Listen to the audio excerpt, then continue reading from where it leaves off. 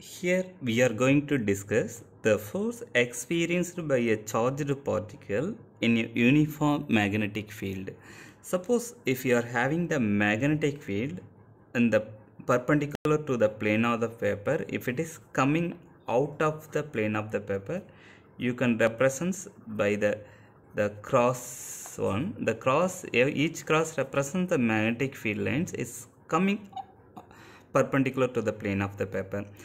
If you are projecting any charged particle, you can call it electron or proton. The charge of q with velocity v perpendicular. I am projecting this charged particle perpendicular to the magnetic field, because magnetic field along this direction, the velocity of the charged particle is perpendicular to the magnetic field. The angle between this velocity vector as well as the magnetic field is 90 degree. What it will do, it will experience the magnetic Lorentz force that will be perpendicular to this direction as well as the magnetic field. It will be acting here, so it will make the circle. So that means the force along the path, it will act always perpendicular to the velocity vector, as because the magnetic field always perpendicular to the plane of the paper. The velocity vector is tangential to the path of the charged particle. The force is always perpendicular to both. So this is a magnetic Lorentz force. What is the expression for the magnetic Lorentz force? Means the force is equal to the charge of the particle times the velocity of the particle, the magnetic field, cross the magnetic field. So V cross B, the cross product will tells us the direction of the magnetic field. The direction of the the direction of the force. The direction of the force is always perpendicular to this cross product. So that means perpendicular to V as well as B. If you are finding the magnitude of the force in general, that would be equal to Q time. We are going to apply the cross product rule, VB sine theta. Here it's a theta is the angle between the velocity vector as well as the magnetic field. In this case, if you are looking at the magnetic field is perpendicular to the plane of the paper, the velocity is perpendicular to the magnetic field, the angle is theta is 90 degree between the velocity vector as well, because the velocity vector lying in the plane of the paper.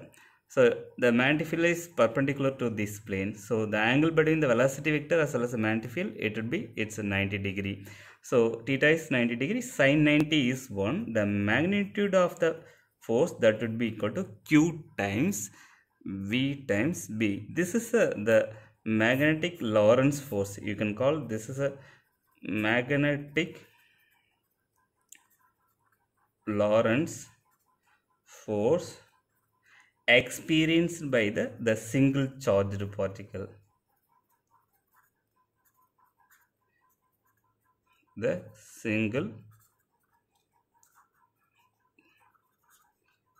charged particle. Here it is making the circle. Suppose if the field is everywhere is here, it will be perfect circle. The charged particle will make the perfect circle. This force is always acting towards the center wherever the particle is.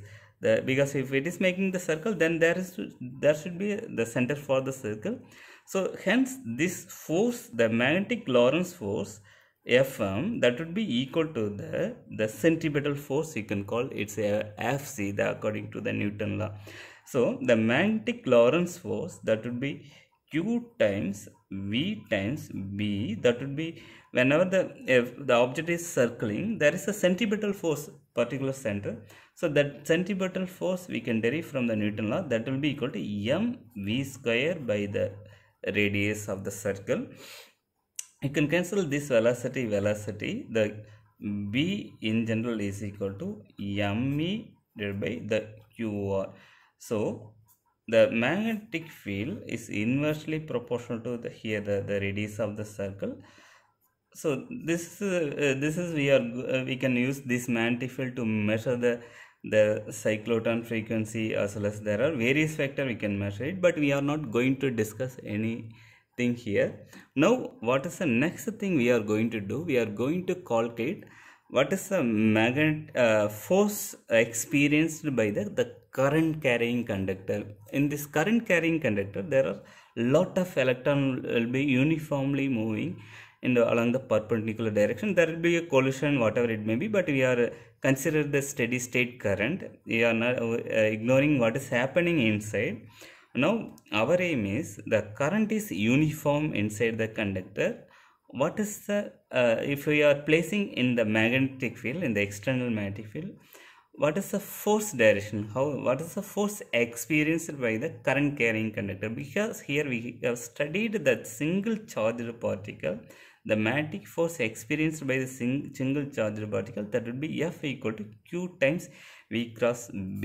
This is the magnetic Lorentz force. Now we can study about the conductor. Now we are ready to discuss about the magnetic force on the current carrying conductor. Suppose if you are having that conductor, this is a uniform cross sectional area along the length of the conductor. That means the cross section didn't vary anywhere. This is the area is A. The length of the conductor is L. Suppose the charge density, if the conductor is carrying the one kind of charges, that means this is not a semiconductor. If it is a metal, then it is carrying the electron. Electrons are the charge carrier. If it is carrying only one direction, this is the current direction.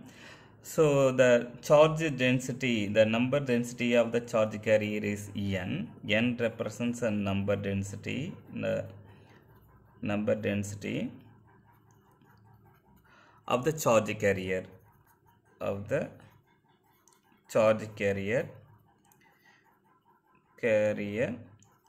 volume of the material is V, that would be equal to the length time the area of the cross section. That is a volume of the material.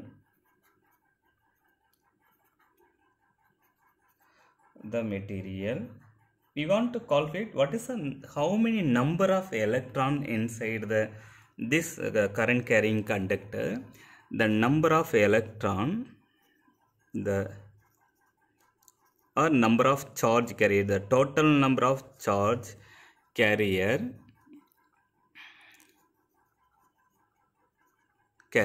capital N, it would be equal to the number density times the length of the material times the area of the cross section. This many number of charge carrier will be there, because in this case we saw single charge experience the magnetic Lorentz force. Now we are going to look at the length, the conductor experience a magnetic Lorentz force in which direction. Suppose if you are thinking, if you are placing the same magnetic field as it above, here the magnetic field is pointing upward direction. I am placing the current carrying conductor inside the perpendicular magnetic field. The magnetic field is perpendicular to the plane of the paper. We are placing the current carrying conductor inside the magnetic field. The total number of electron in the conductor, that would be equal to the number density time the volume of the material. Now what we want to do, we want to calculate the force, magnetic Lorentz force experienced by this current carrying conductor. That would be equal to, in general it would be same expression. For the single charge carrier we can say Q time V time B. This is a magnetic Lorentz force experienced by the single charge. But in this case there are a lot of charges. Each and every charge experiences a magnetic Lorentz force. Here there is no free velocity, it's a drift velocity, because the charge carrier, if it is electron in this metal, it will experience the successive collision. So it will experience a multiple collision in it. The velocity, average velocity acquired by the electron between any successive collision is called the drift velocity. So instead of small v, we are going to use it for the n number of electrons, you can call this is n number of electron.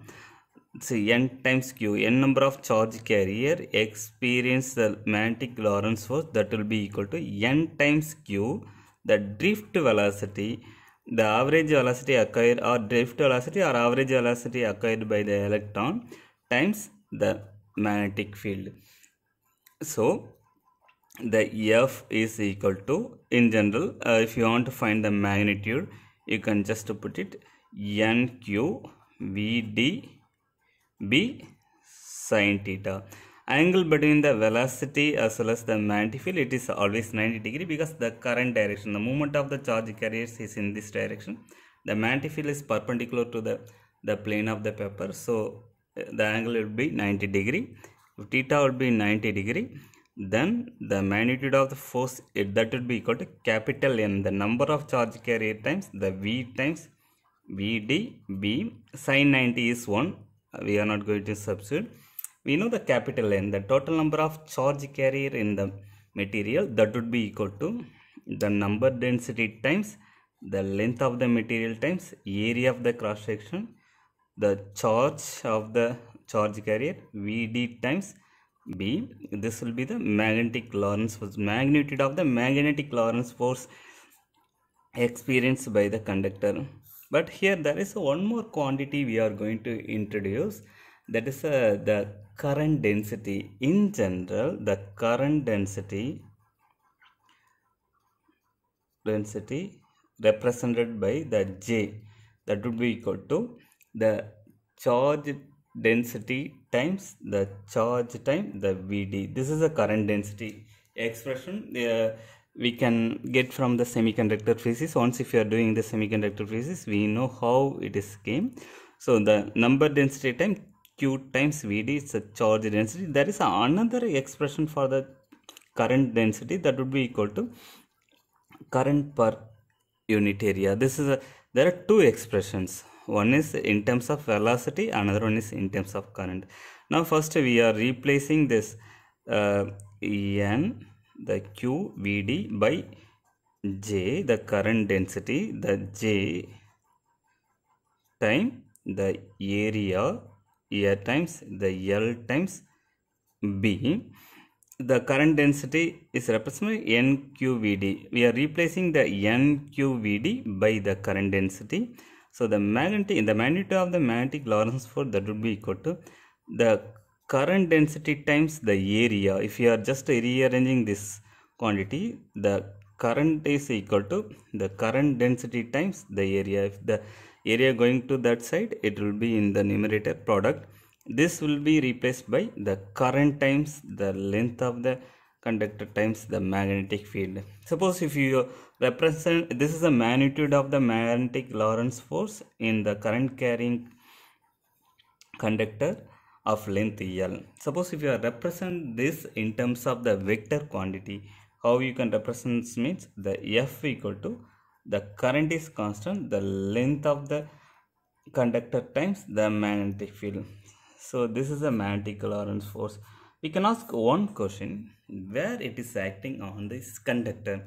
The magnetic field is along this direction. This is perpendicular to this plane.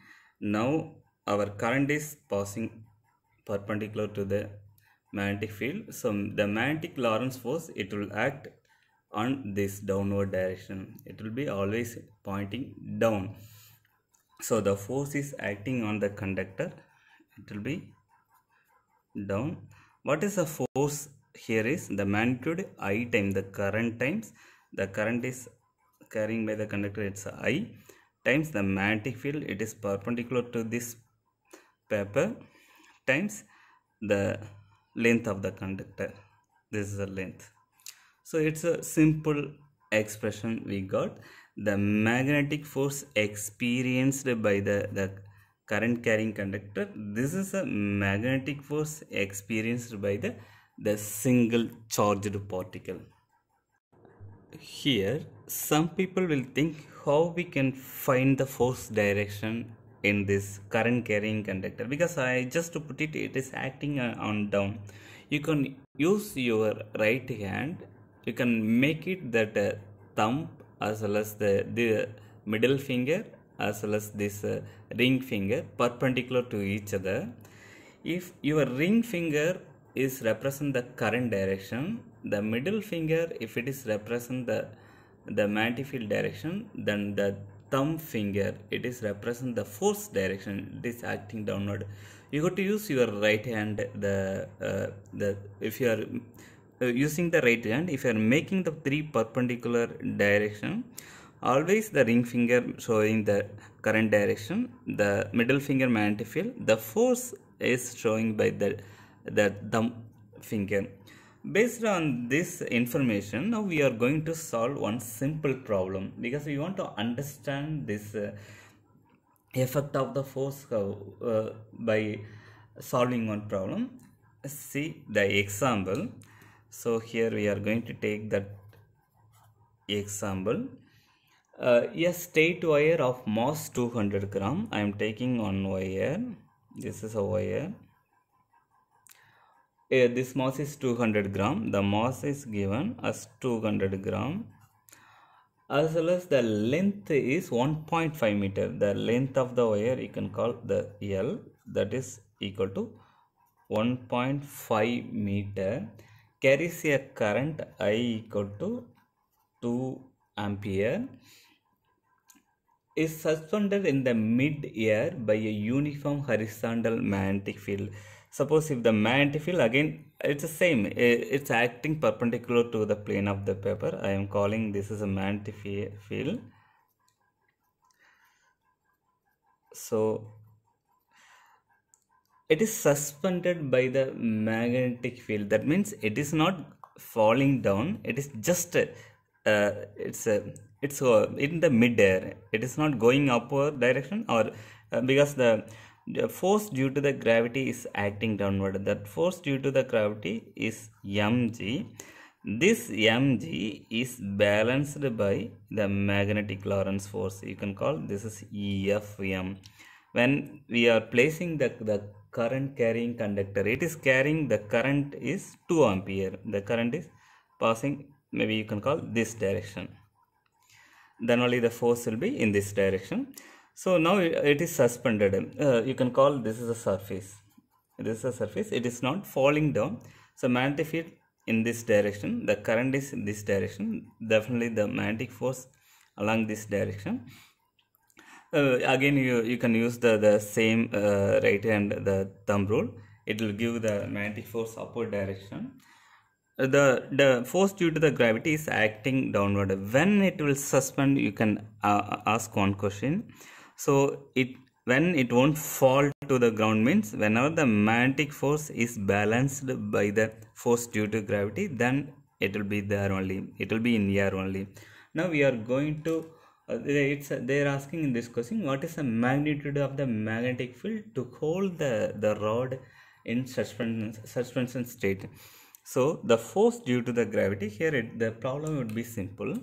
The force due to the gravity, here you can make one separate, that is equal to, it is mg. The force, magnetic Lorentz force, that would be equal to the, just now we solved, current times the length of the conductor times the magnetic field. It's a magnitude. If these forces are equal, then mg is equal to I times L times B. We are going to find how much magnetic field if you are applying to the current carrying conductor, it will suspend. So you can keep B one side, push everything to the other side, I times L. So the magnetic field B is equal to, mass is given, it is 200 gram, but you need to convert into kilogram. It is 10 power minus 3. If you are converting into kilogram, it is 200 into 10 power minus 3 kilogram. Then the acceleration to gravity, it is 9.81, or approximately you can make it 10 for solving purpose right now. Thereby the current is given, it's 2 ampere times the length of the conductor, it is 1.5 meter. Now you can cancel this 2. 1.5 is the 3 by 2. 1.5 is equal to 3 by 2. If you are inverting, it is 2 by 3. or else this is approximately equal to 0.65 Tesla. Just if you make the addition, this is the right answer. Suppose if you are giving 0.65 Tesla to this current carrying conductor, definitely this magnetic force, it won't allow fall this conductor, current carrying conductor. It will be in air as long as if you are giving that 0.65 Tesla magnetic field to this conductor.